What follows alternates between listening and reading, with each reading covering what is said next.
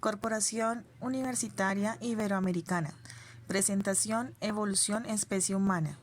Integrantes: Lizeth Caterina Román López, Mónica Paola Galván Carrascal, Ubaldo Benicio Pérez Quiñones, Angie Natalia Áviles Garzón, Lizeth Dayana Cortés Florido. Docente: Luis Barrera. Corporación Universitaria Iberoamericana, Facultad de Ciencias Humanas y Sociales, Programa de Psicología Virtual 2022. Los primeros seres humanos, al menos tal y como lo entendemos hoy, pertenecientes a la especie Homo sapiens, surgieron en África hace unos 200.000 años. Los restos arqueológicos más antiguos que hemos descubierto de nuestra especie se encuentran en Kibish, Etiopía, cuna de la humanidad. Existen muchas teorías e intentos de datación que ubican el primer miembro de la especie, el Adán cromosómico, hace alrededor de 90.000 años en el África subsahariana. De allí, el Homo sapiens habría migrado al resto de los continentes, rivalizando con otras especies humanas prehistóricas y finalmente imponiéndose como la dominante en el planeta entero.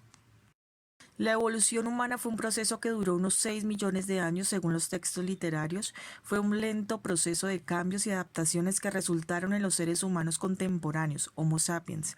Abarca la aparición y extinción de diversas especies del género Homo, es decir, parientes no muy lejanos de nuestra especie que nos antecedieron en el tiempo.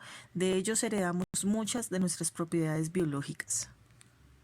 Sahelanthropus shadensis vivió entre los 6.000 y 7.000 millones de años atrás. Es una de las especies más antiguas conocidas en el árbol genealógico humano.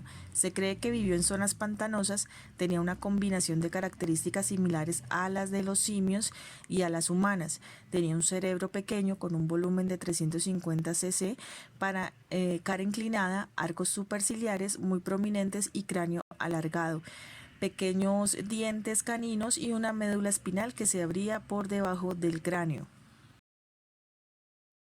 Orornithugenesis vivió hace aproximadamente entre 5,8 o 6,2 millones de años. Los individuos de esta especie tenían el tamaño de un chimpancé, más o menos entre 1,4 metros. Poseen dientes pequeños con esmalte grueso, similar a los humanos de hoy en día. Trepaban árboles y podían caminar erguidos.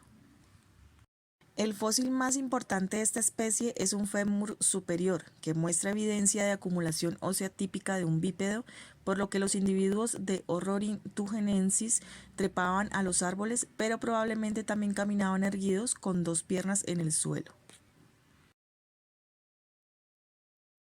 Ardipithecus ramidus vivió hace unos 4,4 millones de años.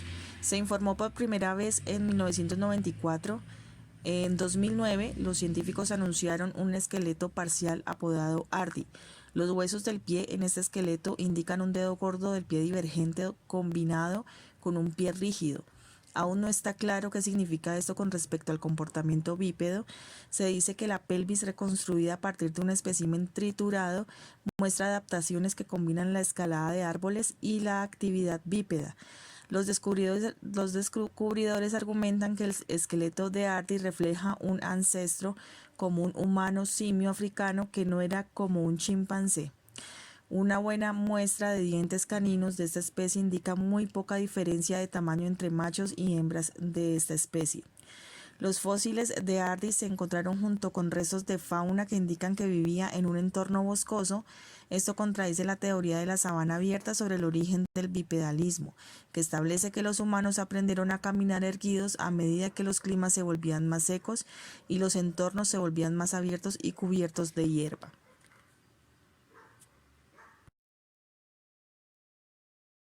Australopithecus anamensis vivió hace unos 4,2 a 3,8 millones de años. Tiene una combinación de rasgos que se encuentran tanto en los simios como en los humanos. El extremo superior de la tibia, hueso de la espinilla, muestra un área expandida de hueso y una orientación similar a la humana de la articulación del tobillo, lo que indica una marcha bípeda regular, apoyo del peso corporal en una pierna en ese momento. Los antebrazos largos y las características de los huesos de la muñeca sugieren que estos individuos probablemente también treparon árboles. El cráneo combina algunas características más ancestrales, como una cara sobresaliente y una caja craneana larga y estrecha, con algunas características más derivadas como pómulos que se proyectan hacia adelante similares a los de Paranthropus. Australopithecus afarensis vivió entre 3,85 y 2,95 millones de años. Es una de las especies humanas primitivas más longevas y mejor conocidas. Los paleoantropólogos han descubierto restos de más de 300 individuos en el este de África, Etiopía, Kenia, Tanzania. Esta especie sobrevivió durante más de 900.000 años, 4 veces más que nuestra propia especie. Es mejor conocida por los sitios de Adar, Etiopía, donde encontraron una familia, la cual a la primera que encontraron fue a Lucy. Después encontraron en Etiopía a Dikika y a Laetoli, que son fósiles de esta especie, más los rastros de huellas bípedas documentados más antiguos. Los niños afarensis crecieron rápidamente después del nacimiento y alcanzaron la edad adulta antes que los humanos modernos. Eso significa que el Australopithecus afarensis tuvo un periodo de crecimiento más corto que el de los humanos modernos en la actualidad, lo que les deja menos tiempo para la orientación de los padres y la socialización durante la infancia. Los Australopithecus afarensis tenían características simiescas y humanas. Los miembros de esta especie tenían proporciones faciales simiescas, nariz plana, mandíbula inferior fuertemente proyectada y caja craneana con un cerebro pequeño, generalmente de menos de 500 centímetros cúbicos, aproximadamente un tercio del tamaño de un cerebro humano moderno, y brazos largos y fuertes con dedos curvos adaptados para trepar árboles. También tenían dientes caninos pequeños como todos los demás humanos primitivos, y un cuerpo que se sostenía sobre 2 piernas y caminaba erguido con regularidad. Sus adaptaciones para vivir tanto en los árboles como en el suelo les ayudaron a sobrevivir durante casi 1.000.000 de años a medida que cambiaban el clima y el entorno y las especies.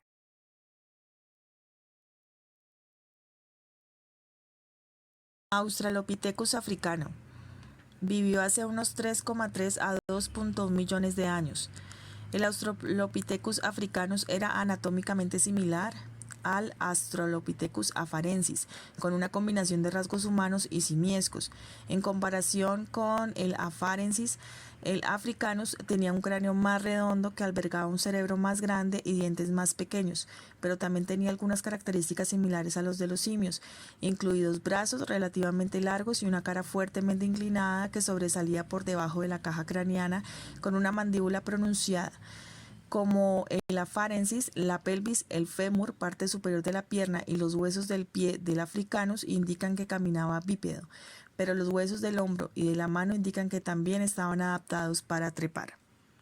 Una característica del Australopithecus africano era que tenían un peso promedio de 33 kilogramos a 67 kilogramos, una estatura de 1,50 metros y su capacidad craneana es de 480 a 520 cc.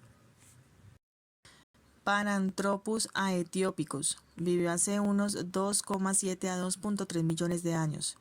Sigue siendo un gran misterio para los paleoantropólogos, ya que se han encontrado muy pocos restos de esta especie. El descubrimiento del cráneo negro de 2,5 millones de años en 1985 ayuda a definir a esta especie como el australopithecino robusto más antiguo conocido.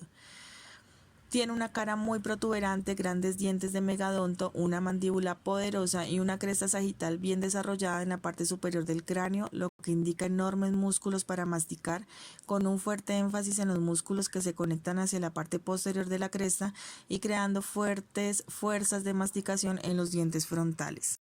Tiene una capacidad craneal pequeña de 410 cc. El Paranthropus boisei vivió hace al menos 2.000 millones de años. Convivió con al menos 3 de las primeras especies del Homo habilis, Ergaster y Rudolfensis. Tenía una capacidad craneal de 515 cc. El peso, estatura y aspecto general es muy parecido al Australopithecus. La cara está muy reforzada con unos incisivos muy pequeños y unos grandes molares. Su foramen magnum está más adelantado que en los Australopithecus. Homo habilis existió hace 2,4 millones a 1,4 millones de años. La altura aproximada es de 1,3 metros y el peso calculado en 40 kilogramos aproximadamente. El tamaño cerebral está entre 650 centímetros cúbicos y 800 centímetros cúbicos. Cráneo es más redondo en esta especie. Esta especie es uno de los primeros miembros del género Homo, tiene una caja craneal ligeramente más grande y una cara y unos dientes más pequeños que los Australopithecus o las especies de homínidos más antiguas. Pero aún conserva algunas características simiescas, incluidos brazos largos y una cara moderadamente prognática. Su nombre, que significa manita, se le dio en 1964 porque se pensaba que esta especie representaba el primer fabricante de herramientas de piedra. Actualmente las herramientas de piedra más antiguas datan de un poco más que la evidencia más antigua del género Homo. Paranthropus robustus vivió hace alrededor de 1,8 a 1,2 millones de años. El tamaño del cráneo era de 550 cc a 600 cc aproximadamente. El Paranthropus robustus es un ejemplo del australopitecino robusto. Tenía muelas megadontas muy grandes, con esmalte grueso, y enfocaban su masticación en la parte posterior de la mandíbula. Los grandes arcos cigomáticos, hueso de las mejillas, permitieron el paso de grandes músculos masticadores a la mandíbula y dieron a los individuos del Paranthropus robustus su cara característicamente ancha y en forma de plato. Una gran cresta sagital proporcionó un área grande para anclar estos músculos masticadores al cráneo. Estas adaptaciones proporcionaron al robustus la capacidad de moler alimentos duros y fibrosos. Ahora se sabe que robusto se refiere únicamente al tamaño de los dientes y de la cara y no al tamaño del cuerpo del Paranthropus robustus.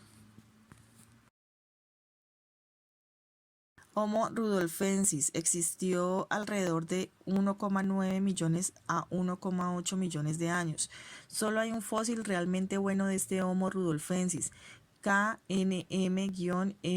1470 de Cubifora, en la cuenca del lago Turkana, Kenia. Tiene una característica realmente crítica, un tamaño de caja craneana de 775 centímetros cúbicos, que está considerablemente por encima del extremo superior del tamaño de la caja cerebral del Homo habilis. Al menos otra caja craneal de la misma región también muestra una capacidad craneal tan grande. Originalmente considerado como Homo habilis, las formas en que el Homo rudolfensis difieren: su cerebro más grande, cara más larga y dientes molares y premolares más grandes. Sin embargo, debido a las dos últimas características, algunos científicos todavía se preguntan si esta especie podría considerarse mejor como un Australopithecus, aunque uno con un cerebro más grande. Ergaster apareció hace unos 1,8 millones de años y desapareció hace 1,5 millones de años. En comparación con el Homo erectus, el cráneo del Homo ergaster se caracteriza por ser más alto, tener los huesos craneales más delgados y las crestas supraorbitarias suavizadas. Tanto el desplazamiento como las formas y proporciones corporales son similares a la de los humanos modernos. No se observa dimorfismo sexual, lo que significa que los dos sexos del Homo ergaster participan del mismo modo en las actividades económicas. El mayor tamaño del cráneo, 950 cc en promedio, le otorgó probablemente mayor inteligencia que sus antecesores y le permitió adaptarse a nuevos hábitats. Homo ergaster tiene una cara relativamente pequeña y en muchos aspectos el cráneo se asemeja al del Homo sapiens, excepto porque no tiene una frente tan alta y porque presenta torus supraorbitarios. Los molares y premolares están también disminuidos de tamaño, lo que indica que se trata de un homínido omnívoro cuya dieta incluía cantidades proporcionales de carne. La mandíbula es menos robusta que la del Australopithecus, pero carece de mentón típico de Homo sapiens. El cerebro es de 850 a 880 centímetros cúbicos. En 1984 fue descubierto cerca del lago Turkana, Kenia, el esqueleto de hace 1,6 millones de años de un niño de unos 11 años, de 1,60 metros de estatura y cerebro de 880 centímetros cúbicos. Este fósil, conocido como WT15000 o el niño de Turkana, conserva prácticamente todo el esqueleto. Su morfología arroja sorpresas. Su estatura es muy grande, 1,60 metros, que significarían en el adulto cerca de 1,80 metros. La forma de su cuerpo es plenamente humana y su cerebro grande.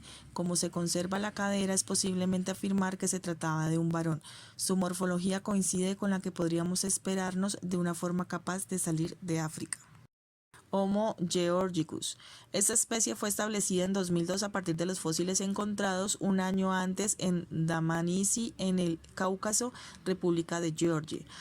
Se considera intermedia entre el Homo habilis y el Homo erectus y relacionada con el Homo ergaster. Los fósiles se han datado en 1,8 millones de años. El tamaño del cerebro se ha calculado entre 600 y 680 cc. La estatura se ha estimado en 1,5 metros. El esqueleto postcraneal indica que caminaban erguidos, pero presentan rasgos en los brazos que les permiten trepar los árboles. Se han encontrado asociados con los huesos artefactos de piedra de percusión que les permitían a esta especie cazar, matar animales y procesarlos. Homo antecesor.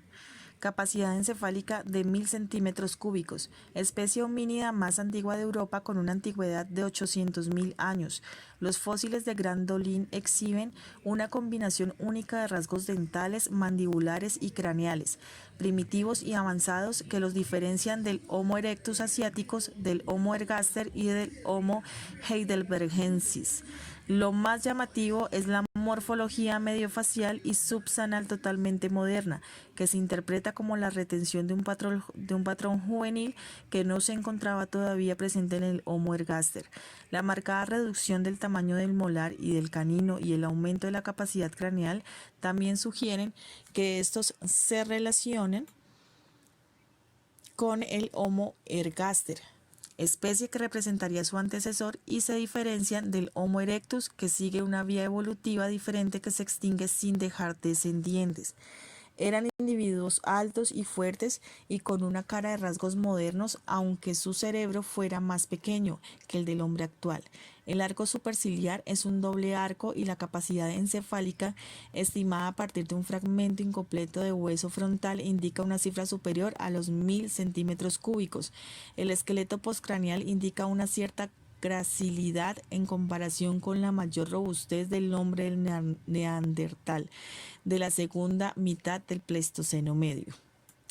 Los fragmentos óseos recuperados en los yacimientos de Atapuerca, Burgos, tienen indicios claros del canibalismo, marcas de corte, despellejamiento y procesamiento de cráneo y huesos largos para obtener el tuétano. El Homus antecesor procede al Homus heidelbergensis y por tanto es también antepasado del Homo neanderthalensis. Homo erectus vivió hace 1,89 millones y 110 millones de años. Capacidad craneal de 750 a 1300 cc. Los primeros fósiles africanos de Homo erectus, a veces llamado Homo ergaster, son los primeros humanos más antiguos que se conocen, que han poseído proporciones corporales similares a los de los humanos modernos, con piernas relativamente alargadas y brazos más cortos en comparación con el tamaño del torso. Estas características se consideran adaptaciones a una vida vivida en el suelo, lo que indica la pérdida de adaptaciones anteriores para trepar a los árboles, con la capacidad de caminar y posiblemente correr largas distancias. En comparación con los humanos fósiles anteriores, se observa la caja craneana expandida en relación con el tamaño de la cara. El individuo fósil más completo de esta especie se conoce como el niño de Turkana, un esqueleto bien conservado, aunque sin casi todos los huesos de manos y pies, que data alrededor de 1,6 millones de años. El estudio microscópico de los dientes indica que creció a un ritmo de crecimiento similar al de un gran simio. Existe evidencia fósil de que esta especie se preocupaba por individuos viejos y débiles. La aparición del Homo erectus en el registro fósil a menudo se asocia con las primeras hachas de mano, la primera gran innovación en la tecnología de herramientas de piedra. Los primeros descubrimientos de fósiles en Java a partir de la década de 1890 y China, hombre de Pekín, a partir de la década de 1920, comprenden los ejemplos clásicos de esta especie, generalmente considerado como la primera especie que se expandió más allá de África. El Homo erectus se considera una especie muy variable, distribuida en 2 continentes. No es seguro si llegó a Europa y posiblemente la especie humana primitiva más longeva, unas 9 especies más que desde que nuestra propia especie, el Homo sapiens, haya existido. Homo rhodesiensis, hallado por primera vez en 1921 en la localidad llamada Broken Hill, actualmente Kabwe, en Zambia, antigua Rodesia del Norte, se considera que vivió solamente en África por lo menos desde el 300.000 hasta 160.000 años antes del presente. La capacidad neurocraneal del Homo rhodesiensis era relativamente alta, entre 1280 y 1325 centímetros cúbicos. Este cráneo, con una edad estimada en 0.3 crones, se asemeja al cráneo de Bodo por sus rasgos faciales robustos y primitivos. Torus supraorbitario y frente huidiza. El cráneo de Bodo es un cráneo adulto descubierto por Asfaw, Widenhead y Wood en 1976 en la localidad de Bodo Diar, Etiopía. Con una antigüedad de 0.6 crones, combina rasgos del Homo erectus y el sapiens. El cráneo muestra signos patológicos o de enfermedades, ya que 10 de sus 16 dientes superiores presentan caries y abscesos maxilares y una herida parcialmente curada penetrada por encima y por delante del canal auditivo de la oreja izquierda. Esta herida pudo haber sido causada por un instrumento cortante o por el diente de un carnívoro. Morfológicamente conservados ciertos rasgos antiguos comunes al Homo erectus, Homo ergaster y Homo antecesor. Tiene otros que han permitido relacionarlo con el Homo heidelbergensis y el Homo neanderthalensis, pero además presenta rasgos que apuntan hacia el Homo sapiens. Según Time White, es muy probable que el Homo rhodesiensis sea antepasado del Homo sapiens y Daltu, y probablemente descendería de la población africana del Homo antecesor. Con respecto al Homo habilis, presenta un mayor tamaño, un esqueleto facial más grande, ancho y plano, pero también un mayor cerebro. Homo neanderthalensis.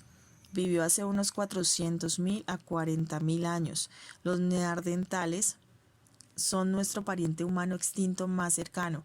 Algunas características definitorias de sus cráneos incluyen la gran parte media de la cara, los pómulos en ángulo y una nariz enorme para humedecer y calentar el aire frío y seco.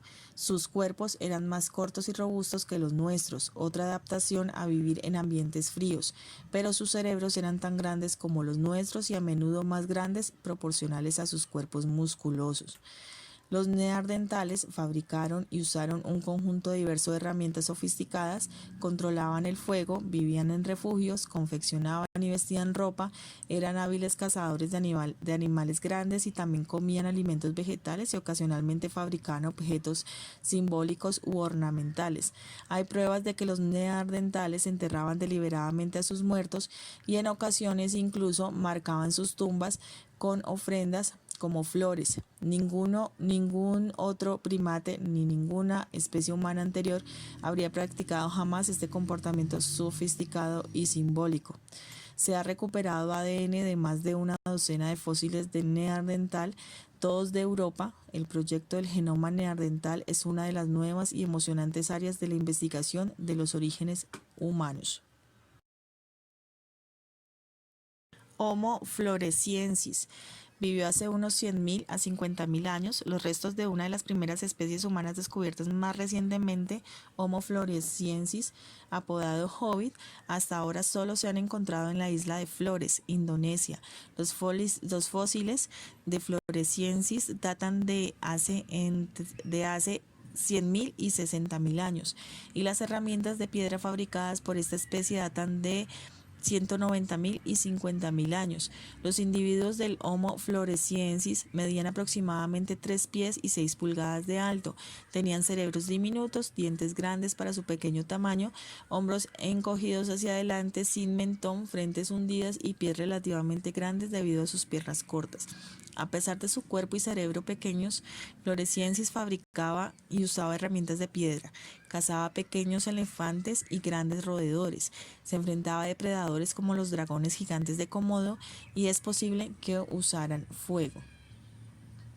La estatura diminuta y el cerebro pequeño de los Homo floresiensis pueden haber resultado del enanismo de la isla, un proceso evolutivo que resulta del aislamiento a largo plazo en una isla pequeña con recursos alimentarios limitados y falta de depredadores. Los elefantes pigmeos de Flores, ahora extintos, mostraron la misma adaptación.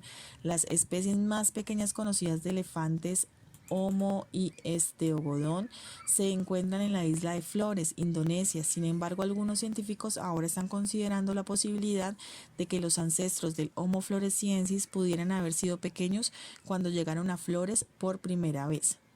Uno de nuestros propios científicos, el Dr. Matt Tosheri, investiga esta enigmática especie humana primitiva, el cual le ha dado resultados positivos.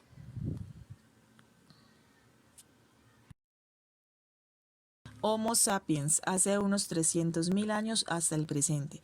La especie a la que perteneces tú y todos los demás seres humanos vivos de este planeta es el Homo sapiens.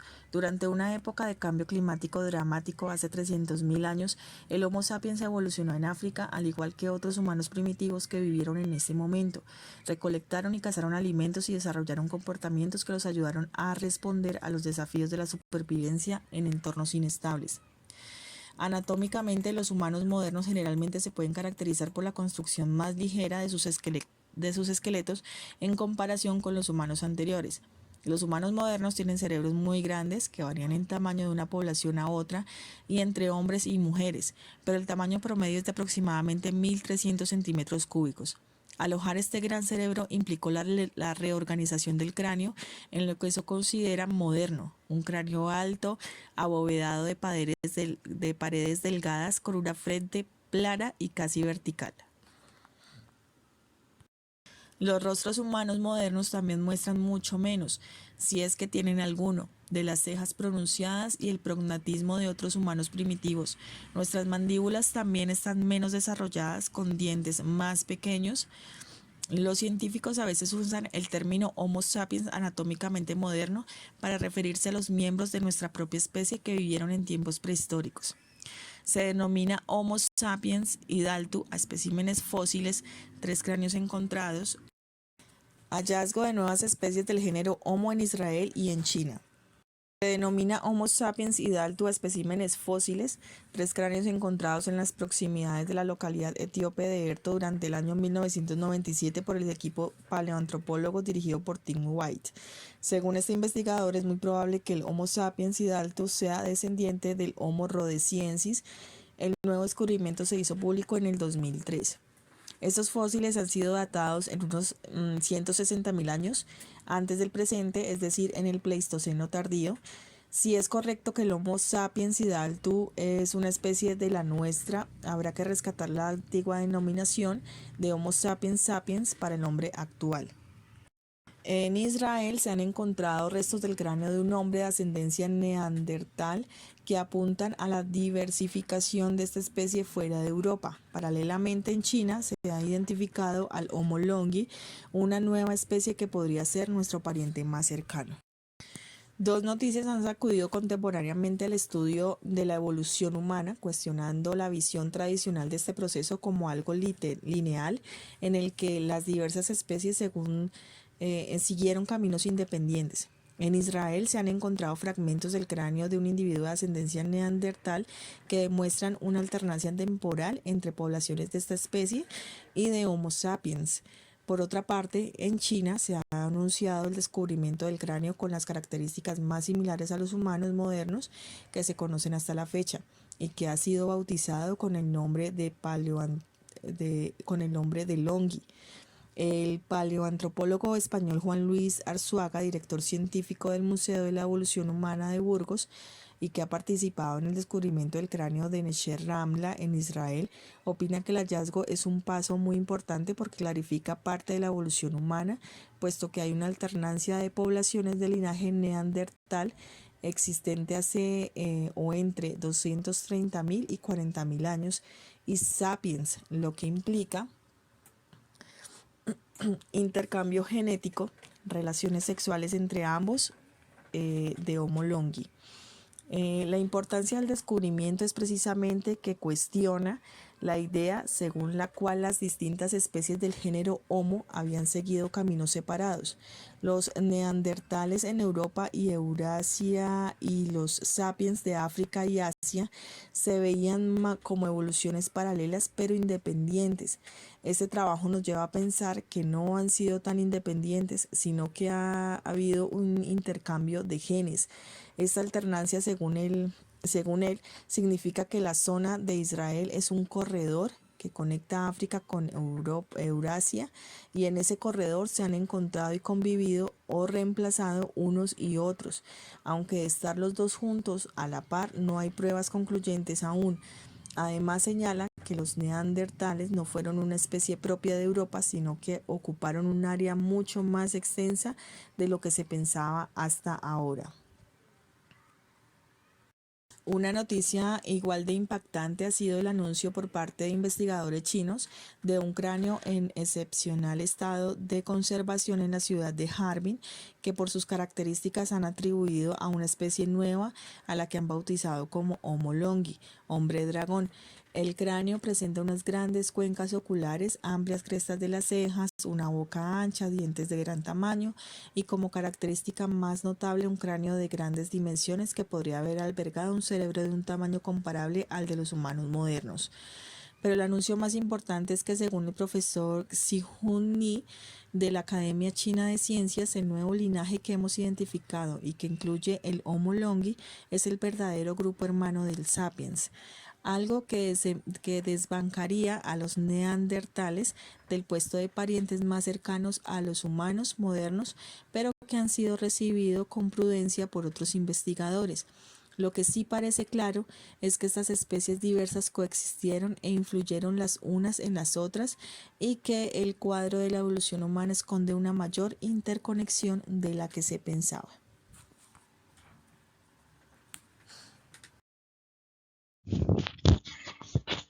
Comparación entre especies evolutivas humanas. Teoría sobre el origen de la humanidad. El origen de la humanidad ha sido una gran pregunta ancestral milenaria, a lo que solo en tiempos recientes hemos podido dar una respuesta objetiva, satisfactoria. Asimismo, nace la pregunta de por qué nos parecemos a los monos. Si hablamos de la evolución, probablemente el primer nombre que se nos venga a la mente es el de Charles Darwin. Sin embargo, Darwin no fue el único gran autor que trabajó este aspecto, existiendo otros autores con una consideración distinta de la evolución de las especies que incluso le sirvieron de inspiración. El más destacado de todos, pese a que con el paso de los tiempos sus ideas fueron quedando obsoletas y perdiendo popularidad en favor de otras teorías con mayor aval científico, es Jean-Baptiste Lamarck. Este hombre, uno de los primeros pioneros en separar el desarrollo de las especies de la fe, el padre del término biología total y como lo conocemos, es el autor de una de las primeras teorías evolutivas realmente coherente e integrada. Comprender su vida nos puede ayudar en gran medida a valorar su pensamiento. La evolución ofrece casos curiosos de relaciones entre especies que marcan su adaptación al medio. Las especies, en su lucha por sobrevivir, desarrollan una gran variedad de relaciones con otras especies y con el medio de manera en que el proceso de adaptación acaban evolucionando conjuntamente. Teoría del Big Bang. A continuación les dejaré un enlace en YouTube donde les dará una explicación un poco más detallada sobre cómo una explosión hizo que la materia en el espacio y tiempo se conformara la teoría de la evolución. Bipedestación. Uno de los principales rasgos de la evolución humana y quizás uno de los primeros que marca el inicio de una trayectoria que conduce hacia nuestra especie fue la postura erguida en las extremidades traseras. Se estima que esta postura surgió para caminar de manera más eficaz en las sabanas africanas, pudiendo correr de una mayor velocidad y además al moverse era posible mantener la vista por encima de los pastizales que predominaban en la región y que podían esconder los depredadores. De esta manera, los simios que se paraban en 2 patas sobrevivían a los que caminaban en 4. Como consecuencia, este rasgo se fue imponiendo y modificando a la formación del cuerpo para que el cráneo esté más firme y ubicado al tope de la columna.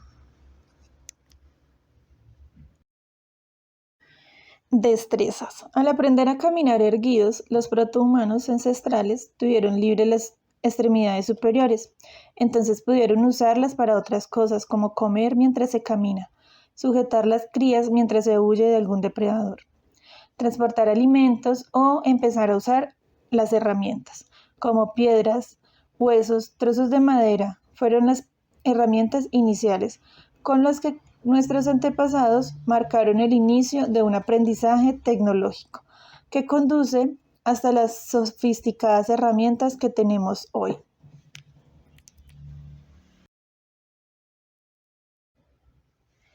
Aparición del lenguaje. Si bien la comunicación es un elemento afín a todas las formas de vida, el lenguaje es algo exclusivamente humano. Algunos animales pueden comprender y asociar ciertas instrucciones con conductas deseadas o indeseadas. Otros, como los chimpancés, son capaces de comprender ciertos rudimentos y comunicativos mediante un lenguaje de señas o a través de gestos.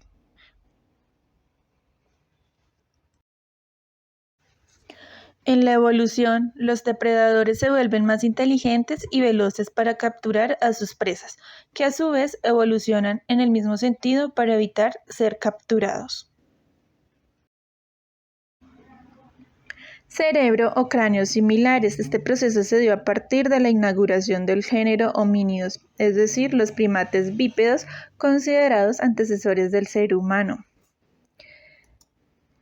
los cuales tienen un parecido en nuestro sistema cerebral.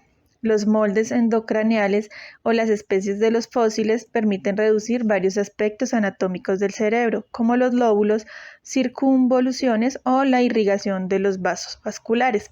Durante los últimos años, las técnicas digitales han revolucionado el proceso de obtención de moldes. Asimismo, el tratamiento estadístico sobre datos de manera notable sobre la evolución cerebral.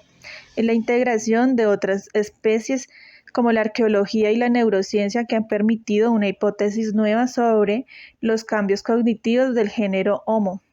El cerebro constituye un elemento anatómico más peculiar de nuestra especie, sin embargo es quizá también al menos el más conocido para todos en el proceso los homos durante los últimos siglos, su complejidad, escapando del análisis y de la interpretación, conocer sus procesos y los moldes del cerebro para la evolución. Es una gran utilidad a la forma de crear una hipótesis sobre el funcionamiento de la época de los Homo sapiens y haciendo que tengamos unos límites para los estudios. Los primeros fósiles humanos que fueron hallados a mediados del siglo. Similitud entre humanos y chimpancés. Los humanos somos una especie animal que forma parte del orden de los primates, al igual que nuestros parientes más cercanos, los simios. Por este motivo, no es de extrañar que tengamos muchas cosas en común con estos animales, pero más en concreto con los chimpancés, que son considerados comúnmente como primos hermanos del hombre. Otra similitud entre humanos y chimpancés es la capacidad de analizar los pensamientos y reflexionar acerca de ellos, y estos procesos mentales conocidos como metacognición están presentes en los chimpancés y les permiten, al igual que al humano, tomar decisiones basadas en pensamientos y reflexiones inteligentes. Diferencias. A pesar de que aparentemente puede parecer, las diferencias entre el cráneo y el animal humano no son tan notables. De hecho, el cerebro de los simios, concretamente el de los chimpancés, funciona de forma muy parecida al de las personas en términos de comunicación. Tanto como chimpancés como humanos activan la misma zona cerebral cuando se comunican, ya sea por medio de signos o por la vocalización. Esto refuerza aún más la teoría del ancestro comúnmente entre todos los simios. Características. La coevolución También se da entre animales y plantas. El reino vegetal ha desarrollado diversos mecanismos de defensa para adaptarse en relación con sus depredadores, como el endurecimiento de las vainas, que envuelven las semillas, la generación de olores desagradables o sustancias venenosas en recubrimiento de espinas o púas, o el mimetismo. Por su parte, algunos herbívoros han conseguido superar esta defensa, lo que obliga a sus presas a ecoevolucionar.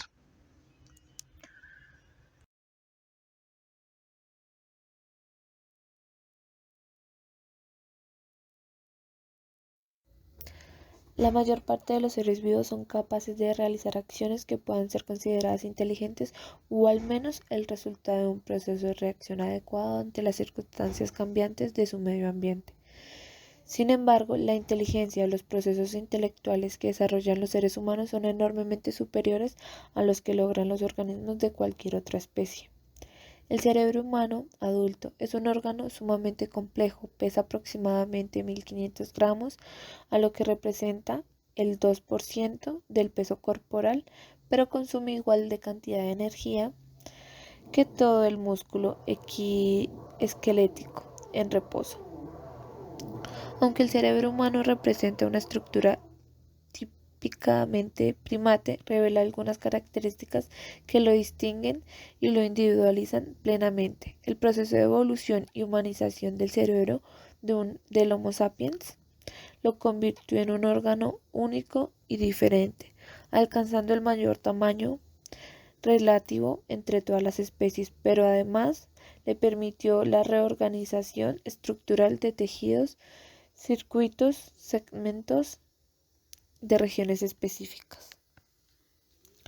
Esto explica las notables capacidades cognitivas del hombre moderado, la comparación no solo de otros miembros de su género, sino como otros miembros más antiguos de su propia especie. La evolución del cerebro requirió la existencia de dos mecanismos de adaptación. El primero involucra cambios genéticos que ocurren a nivel de especie. El segundo ocurre a nivel de individual o involucra cambios de la organización de cromática o cambios epigenéticos. Entre mecanismos genéticos se encuentran cambios de regiones genéticas codificables que conducen a un cambio de secuencia y actividad de proteínas existenciales. Los procesos de duplicación y declaración de genes previamente existentes, cambios de expresión genética a través de modificaciones de las consecuencias reguladoras de diferentes genes, síntesis de ARN no modificables. Finalmente, en la revisión se describen algunas de las más importantes diferentes cromosomas reportadas entre humanos y grandes simios, que también son contribuidos al proceso de evolución y humanización del cerebro de la especie Homo sapiens.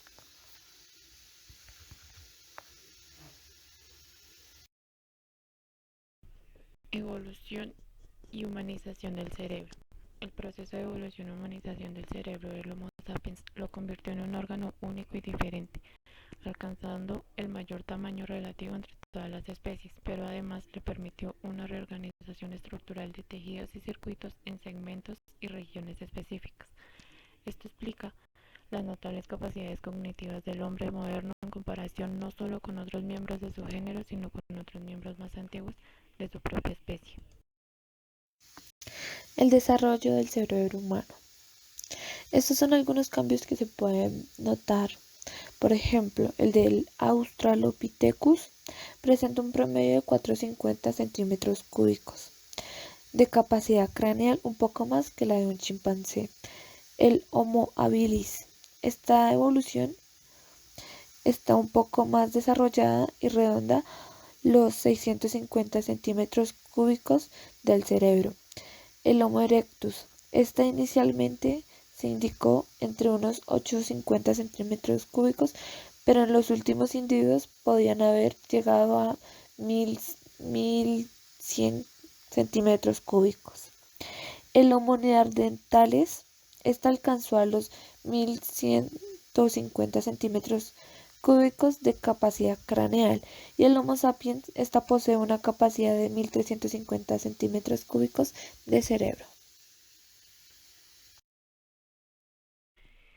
En todo este proceso podemos encontrar la evolución paralela, en la que asimismo las especies desarrollan mecanismos de adaptación similares partiendo de un mismo ancestro, lo que sirvió a Charles Darwin para probar su teoría de que las especies evolucionan a partir de un origen común, como lo podemos observar en la imagen, la foca y el pingüino. En cambio, si especies con orígenes diferentes muestran alguna faceta común, se trata de la denominada evolución convergente, como lo podemos ver en el ejemplo. Animales tan distintos como un murciélago, un ave o un insecto han desarrollado un mismo órgano, las alas, que les puede permitir a todos volar y adaptarse así al medio. Sin embargo, las habilidades intelectuales son mucho mayores en todos los grandes simios, incluidos los gorilas, que en cualquier otra especie de primates.